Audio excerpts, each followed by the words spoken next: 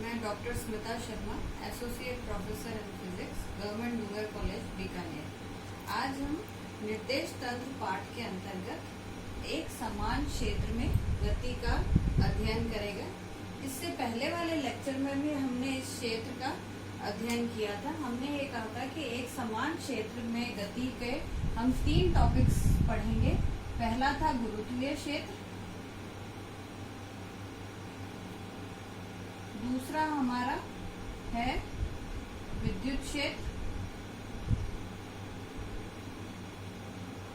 और तीसरा हमारा हम जो पढ़ेंगे वो है चुंबकीय क्षेत्र।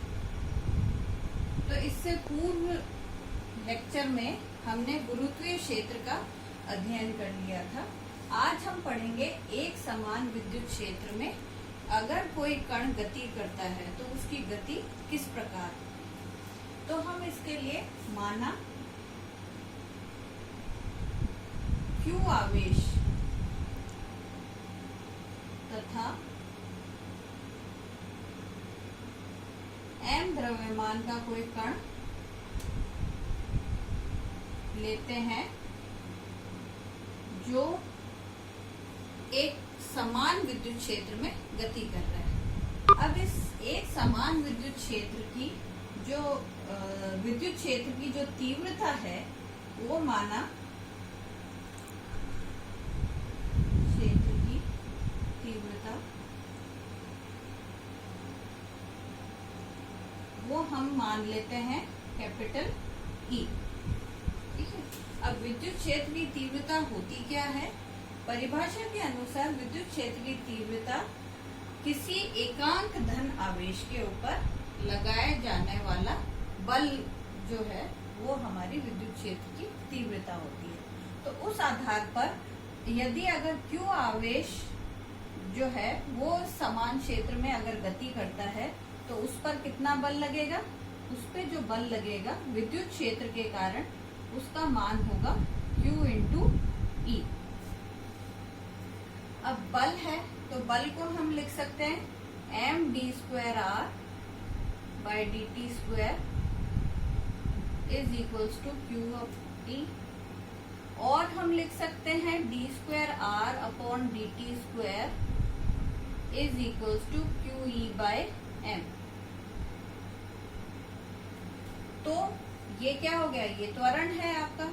तो इसका मतलब ये हो गया यदि Q आवेश तथा M द्रव्यमान का कोई कण अगर ऐसे विद्युत क्षेत्र में गति करता है जिसकी तीव्रता A है तो वह जो विद्युत क्षेत्र है वो उस कण के अंदर F त्वरण उत्पन्न कर देता है और ये त्वरण जो है वो QE/m के बराबर है।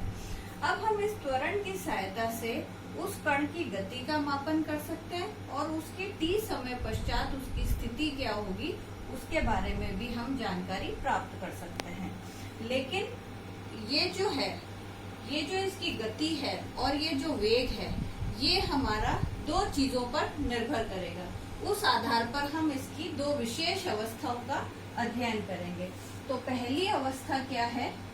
इसकी 2 विशेष अवस्थाएं होती है। एक तो जब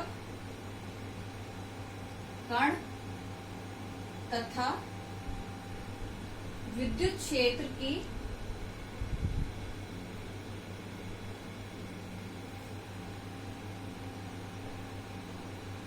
तीव्रता की दिशा समान है।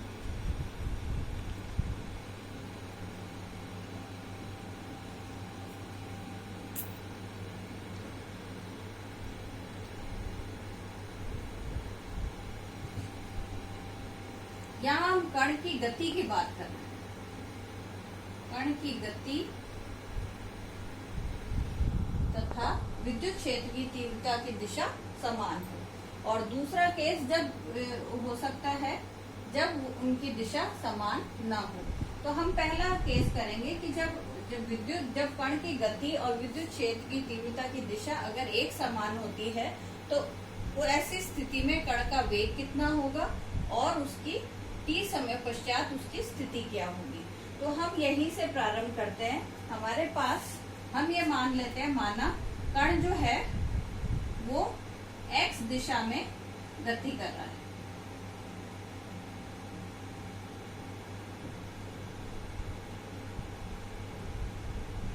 और जो विद्युत क्षेत्र की तीव्रता है वह भी हमारी x दिशा की में ही है।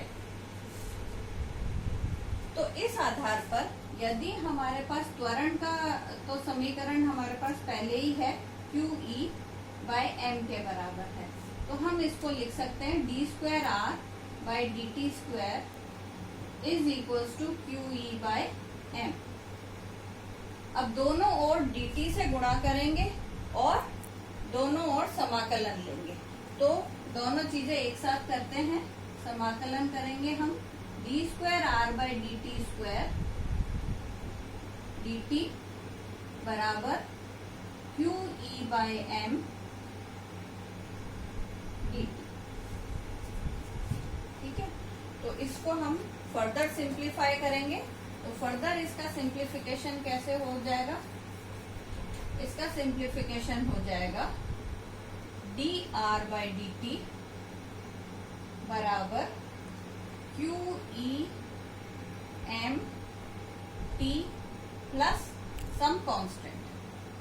ठीक है, तो इसका सबसे पहले हम क्या करेंगे, इस कांस्टेंट का मान निकालेंगे। हमें मालूम है कांस्टेंट का मान हम हमेशा बाउंड्री कंडीशन सीमांत मान से निकालते हैं, तो हम इसके अंदर मान लेते हैं। अब ये देखो, ये dr बाई dt क्या हो गया, ये वेग है, क्योंकि x दिशा में है तो हम इसको x लिख सकते हैं।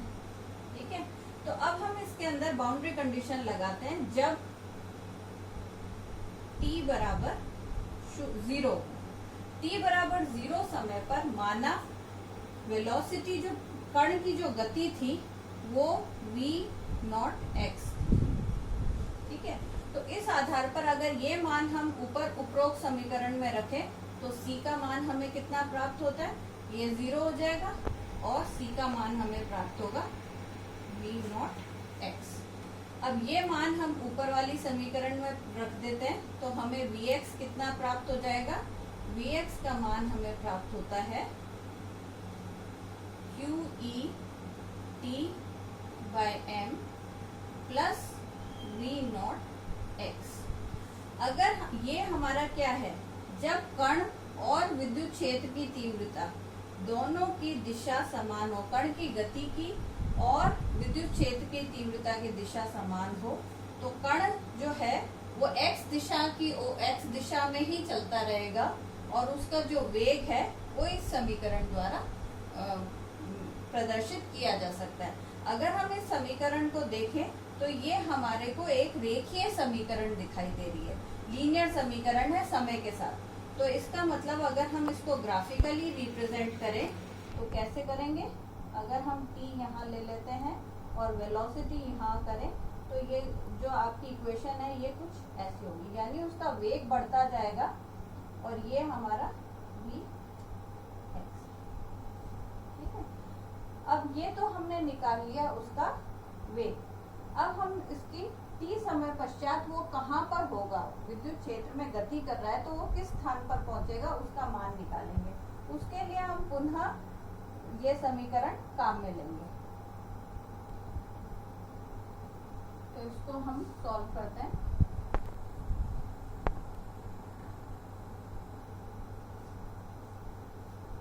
अब इसके पुनः समाकलन करेंगे। हम ये समीकरण ले लेते हैं dr by dt is equals to QE by m t plus v naught x।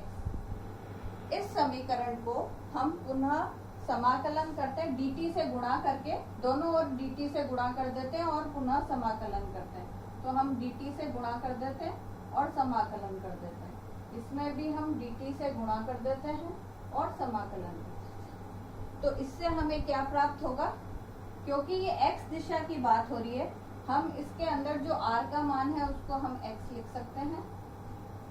इसको सिंप्लीफाई करेंगे तो ये हो जाएगा QE by m t² upon 2 plus v naught x t plus some constant. अब ये जो कांस्टेंट है इसका मान भी हम वही सीमांत मान बाउंड्री कंडीशन से निकालेंगे। कैसे निकालेंगे? माना t बराबर 0 पर, t बराबर 0 पर x जो है मतलब कण की जो प्रारंभिक स्थिति है वो x नॉट द्वारा दी जाती है। तो इस आधार पर अगर हम इन सारे मानों को समीकरण उपरोक्त समीकरण में रखें तो हमारे को क्या मिलेगा? c डैश का मान। c डैश का मान कितना आ जाएगा? c डैश का मान आ जाएगा x नॉट। अब इस c डैश का मान हम इस समीकरण में रख देते हैं तो हमारे पास क्या आ जाएगी? समीकरण ये आ जाएगी QE by m t square by 2 plus v naught x t plus x naught. तो ये क्या आ गया? ये हमारी किसी कण की विद्युत क्षेत्र में स्थिति आ गई t समय पश्चात। अगर हम इस समीकरण को देखें तो ये समीकरण क्या है? ये समीकरण द्विघातीय समीकरण है। तो इसका मतलब उसकी जो कण की स्थिति है वो द्विघातीय रूप से परिवर्तित होती रहती है। अगर हम इसको ग्राफिकली रिप्रेजेंट करना चाहें तो कैसे रिप्रेजेंट करेंगे? वो होगा हमारा, हम x इधर ले लेते हैं और t इस तरफ लें तो हमारा जो ग्राफिकल रिप्रेजेंटेशन होगा वो कुछ इस प्रकार से हो जाएगा, द्विघातीय रूप से परिवर्तित होगी। तो इस प्रकार हम देखते हैं एक समान विद्युत क्षेत्र का जो प्रथम अवस्था है जिसमें कण की गति और विद्युत क्षेत्र की गति, विद्युत क्षेत्र की तीव्रता दोनों ही समान दिशा में है, तब हमारे कण की जो स्थिति है वो द्विघातीय रूप से परिवर्तित होती है और उसका जो वेग है वो रेखीय रूप से परिवर्तित होता है। कण चलता x दिशा में ही अग्रसर होता है। अब हम इसी में समान विद्युत क्षेत्र में ही दूसरी अवस्था का अध्ययन करेंगे जिसमें हमने क्या करा है? हमने कण की गति विद्युत क्षेत्र की तीव्रता के लंबवत ले ली। तब क्या होगा? तो ऐसी कौन सी स्थिति है? मान लिया हमने जो कण है, जो दूसरी अवस्था है, उसमें कण की गति विद्युत क्षेत्र की तीव्रता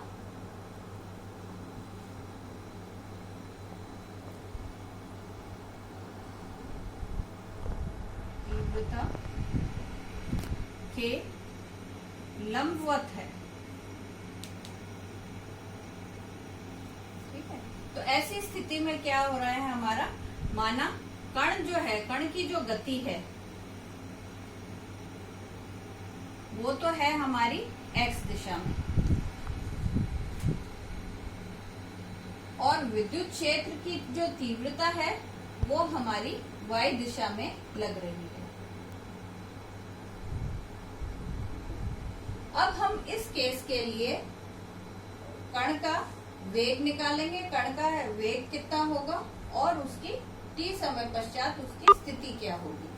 तो उसके लिए हम पुनः वही समीकरण लेंगे, F बराबर d square r by d t square is equals to QE by m।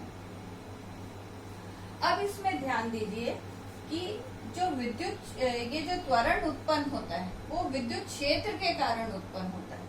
तो विद्युत क्षेत्र के कारण उत्पन्न होता है, इसलिए यहाँ पर डी स्क्वायर आर में क्या आ जाएगा? यहाँ पर d square y d t square upon is equals to QE by m आ जाएगा। ठीक है, क्यों? क्योंकि ये जो त्वरण उत्पन्न हुआ है वो इसके कारण है और इसकी दिशा y है। अब हम इसको पुनः dt से दोनों ओर गुणा करके समाकलन करेंगे तो आपके पास क्या मिल जाएगा?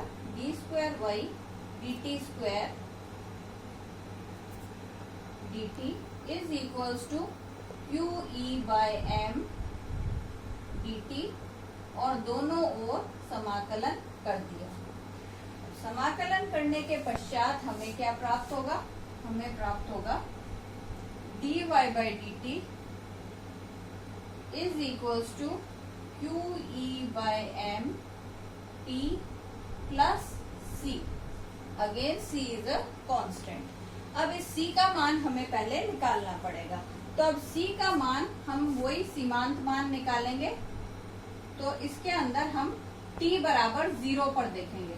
अब t बराबर 0 पर जो ये वेग है वो हमारा कण का वेग है y दिशा में। ठीक है, तो t बराबर 0 पर तो कण का कोई वेग y दिशा में था ही नहीं, क्योंकि कण तो x दिशा में चल रहा है। तो y दिशा में तो उसका वेग प्रारंभ में हो ही नहीं सकता, इसलिए वो 0 होगा। इस आधार पर c जो है वो 0 हो जाएगी। तो हमें vy का मान कितना प्राप्त हो गया? Q E by M t प्राप्त हो गया। तो ये हमारा कण का वेग मिल गया, जो हमारे को y दिशा में विद्युत क्षेत्रीय तीव्रता और कण की दिशा x दिशा होने के कारण मिलता है। तो इस प्रकार से हमने इसी प्रकार अब हम t समय पश्चात उस कण की स्थिति क्या होगी उसका मान निकाल लेते हैं। तो पुनः हम इस समीकरण का समाकलन करेंगे। तो समाकलन करेंगे तो हमारे को क्या प्राप्त होगा? y बराबर क्यू ई, ये मैं थोड़ा सा शॉर्ट में लिख रही हूँ, t² by 2 by 2 plus c dash. अब c डैश का मान भी हम ऐसे ही निकालेंगे जब t बराबर 0 है। तो जब t बराबर 0 था तो कण तो x दिशा में चल रहा है, तो y दिशा में उसका कोई विस्थापन नहीं था, तो y का मान 0 है। इस आधार पर c डैश का मान 0 होगा। तो आपके पास y क्या मिल गया? y का मान आ गया Q E by M t² by 2। तो इस तरीके से y जो है वो Q E by M t² by 2 के रूप में बदलता जाता है। यानी कण जो है वो y दिशा में भी इतना विस्थापन उसमें दिखाई देना शुरू हो जाएगा। अब देखो, हमने ये माना है कि कण जो है वो x दिशा में गति कर रहा है। तो x दिशा में t समय पश्चात उसकी गति क्या होगी? x जो होगा वो v0 x इंटू टी हो जाएगी। ठीक है, अब इससे हम t का मान निकाल लेते हैं। t का मान क्या आ गया? x upon v0 x। ये मान हम इस समीकरण में रख देते हैं। तो y का मान क्या आ जाएगा? Q E by M x² upon v0 x square plus. तो अगर हम y और x के बीच में देखें तो ये क्या है? एक पैराबोला की इक्वेशन है। यानी अगर हम इनको ग्राफिकली रिप्रेजेंट करें तो कण की जो मूवमेंट है वो एक पैराबोलिक रूप से बदलती। तो यानी विद्युत क्षेत्र में अगर कोई कण गति करता है तो विद्युत क्षेत्र की तीव्रता किस दिशा में और कण की स्वयं की दिशा किधर है उसके आधार पर उसकी गति प्रभावित होती है। वेग भी बदलता है और विस्थापन तो क्योंकि गति कर रहा है विस्थापन बदलेगा ही, लेकिन उसमें इस प्रकार से समझाए अनुसार परिवर्तन होता है। अब हम इससे आगे क्या पढ़ेंगे? एक समान चुंबकीय क्षेत्र में जब हम कोई कण को भेजते हैं तो उसका क्या प्रभाव रहता है। इसमें यहाँ एक चीज इम्पोर्टेंट है, हमने E को कांस्टेंट माना है, इसीलिए जब भी हमने समाकलन करा है तो E का समाकलन कुछ नहीं हुआ है, उसको हमने एक कांस्टेंट की तरीके से बाहर निकाली है।